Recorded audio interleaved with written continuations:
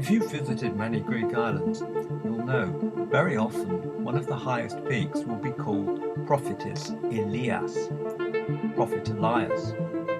We're on Methana now. It's a volcanic peninsula on the Saronic Gulf. We're about to go for a climb. And what's this mountain called? You've guessed it, Prophet Elias. Let's try to find out why.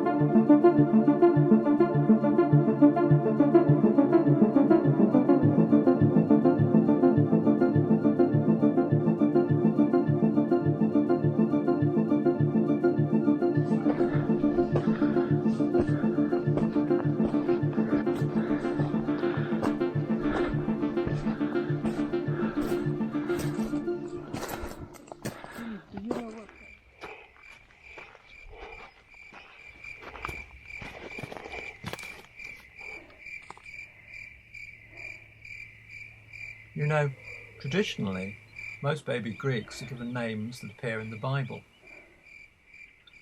And they celebrate their name day, which is often a saint's day, much more than they do their own birthday.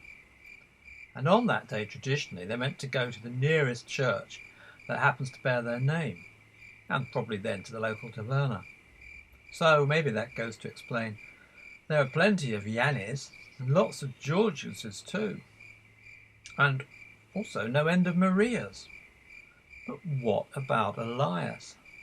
No, not many of them.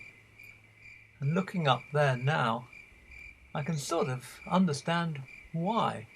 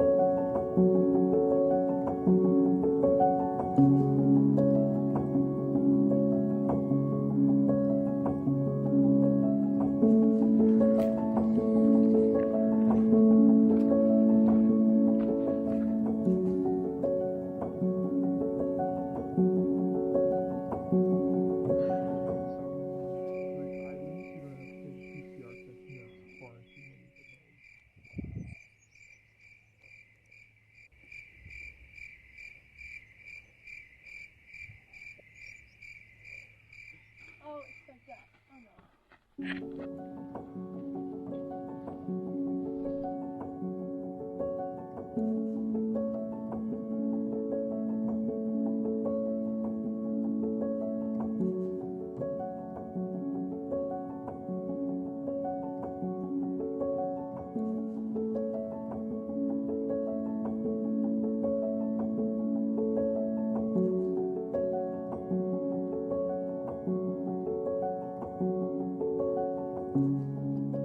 We're going to carry on now. We're going to go in and we're going to explore the settlement, and you'll see the remains of walls and water storage tanks, and even what was perhaps a temple long before the little Byzantine church was built. I'm now at nearly the highest point In fact, I'm at the point where you feel you're entering the old settlement, because there has been a settlement, like a village here, for probably 3,000 years. Nobody's lived here for hundreds of years probably, but you can still feel the presence of people. And here I am sitting in this little sheltered area, which is just where anybody entering the settlement would have had to pass by. And you can imagine, like an Italian village now, with its walls and its gate, even now old ladies sit outside watching the world go by. I'm sure there's been old ladies sitting here for a very, very long time in the past.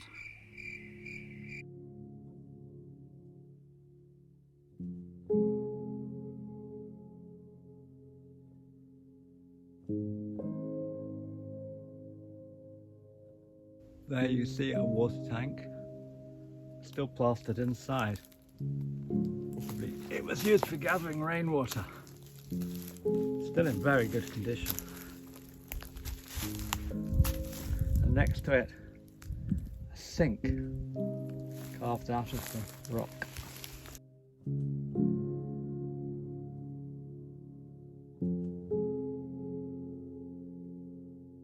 Yeah. Remains of another water system, not so well preserved. Hold up. Now we're carrying on up.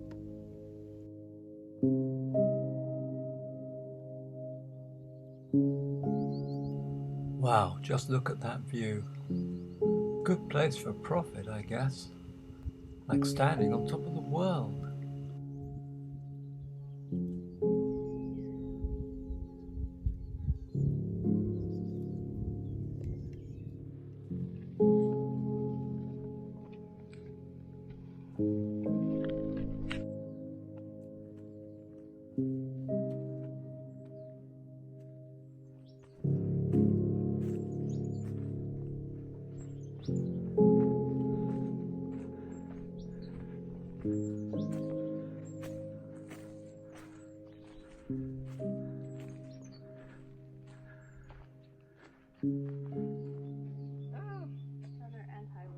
Yeah.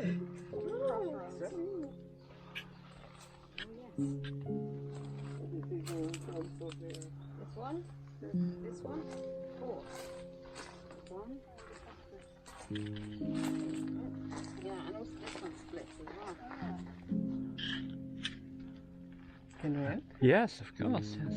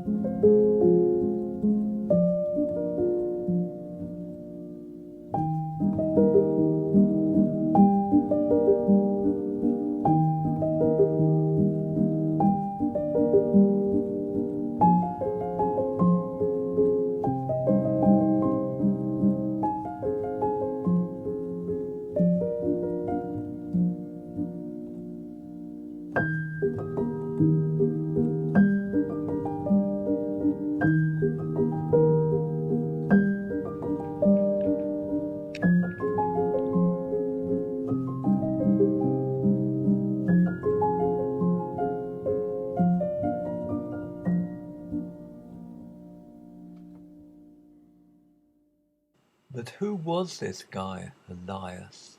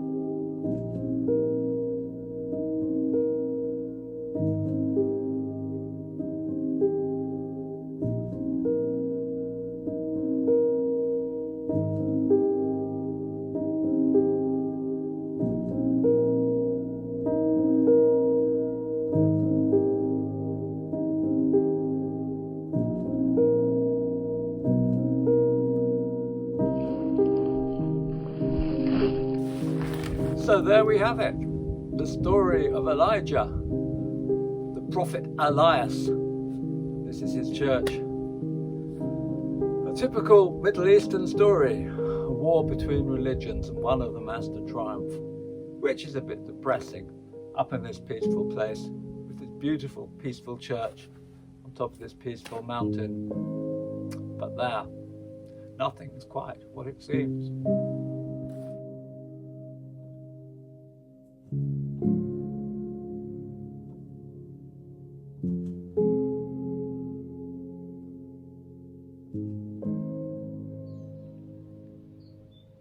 One of my best memories of Switzerland was all the cows out.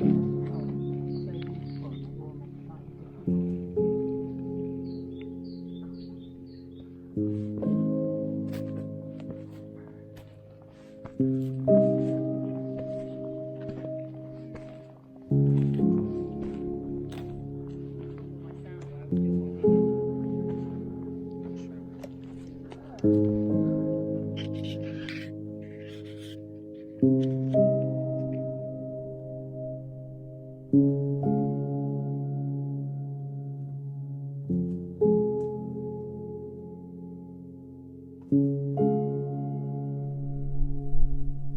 So Elijah defeated the evil priests of Baal, and the Greek Orthodox Church built a church and dedicated to the Prophet Elias up here. But one wonders if this was the highest point. Was there a temple or a shrine up here a long time before there was a church?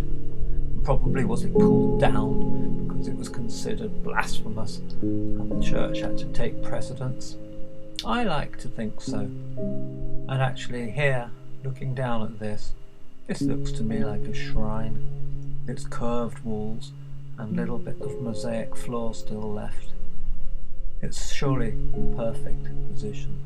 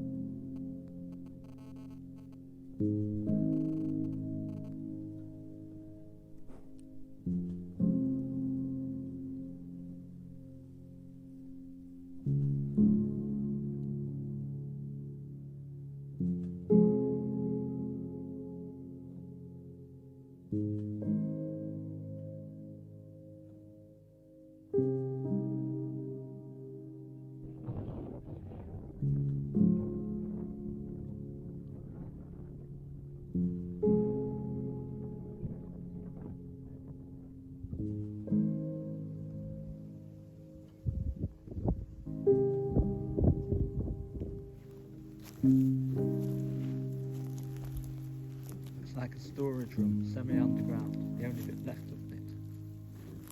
There's another one here.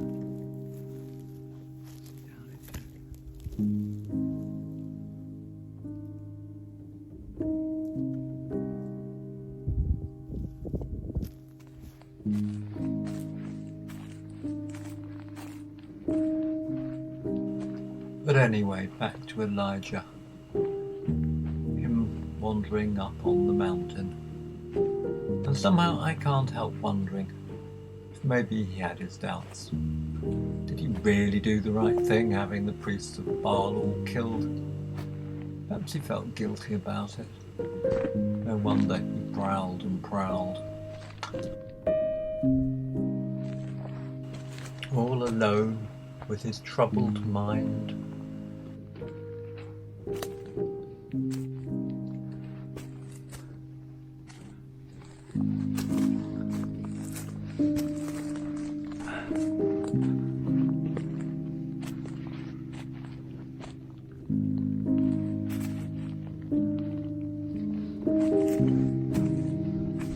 And what did God think about it?